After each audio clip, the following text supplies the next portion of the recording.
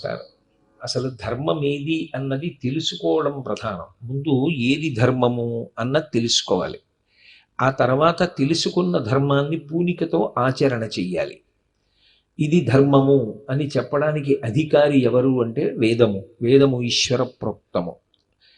ఆ వేదములో ఉన్నటువంటి కొన్ని కొన్ని విషయాల్ని తీసి సంకలనం చేసి అందిస్తే దానిని స్మృతి అంటారు.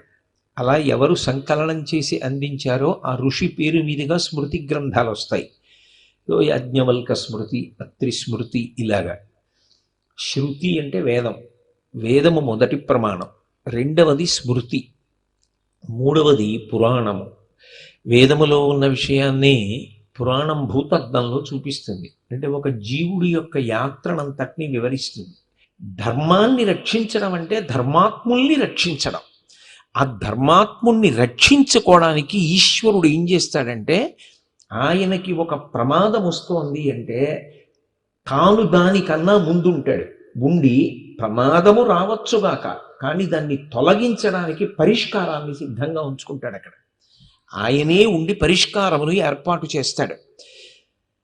అది ధర్మాన్ని పట్టుకోని వాడి విషయం వచ్చిందనుకోండి, ఆయన ఏదో ఒకటి పొందడం కోసమని నానా అధర్మాన్ని ఆచరించాడు. అన్ని పాపకార్యములు ఆచరించాడు. చిట్ట చివరికి అది అందుకోవలసినటువంటి సమయం ఆసన్నమవుతుంది కదూ, అక్కడ ఈశ్వర రక్షణ తొలగిపోతుంది. తొలగిపోగానే ఏమవుతుందంటే, అందినట్లుగా అందినది ఇన్నాళ్ళు తాను కష్టపడింది దేని కొరకో అది చేతికొచ్చినట్టు వచ్చి చెయ్యి జారిపోయి సమూలంగా నశించిపోతుంది. ఈశ్వర రక్షణ ఉండదు. దాని వలన అతని చారిత్రం ఏమవుతుందంటే ఆదర్శవంతము కాదు. ఇది రామాయణంలో రాముడు చెప్పిన